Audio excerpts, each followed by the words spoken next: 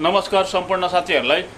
हिजो आज अन्नपूर्ण विषय लिएर साइबर क्राइम हुँदैछ। के अरे ह्याकरहरूले तपाईहरुलाई ह्याक गर्नु खोज्दैछ अनि थुप्रैजना यो जन्जालमा फँसी पनि सकेको छ र दिदीबहिनीहरू विशेष दिदीबहिनीहरूलाई होशियार बसिदिने म आग्रह गर्दछु र यो भिडियो पुरा सेयर गरिदिनुहोस् ताकि हाम्रो दिदीबहिनी दाजुभाइहरू चाहिँ सचेत बसोस् र यो कुरोमा यसलाई एकदम आफ्नो दिमागमा राखोस्।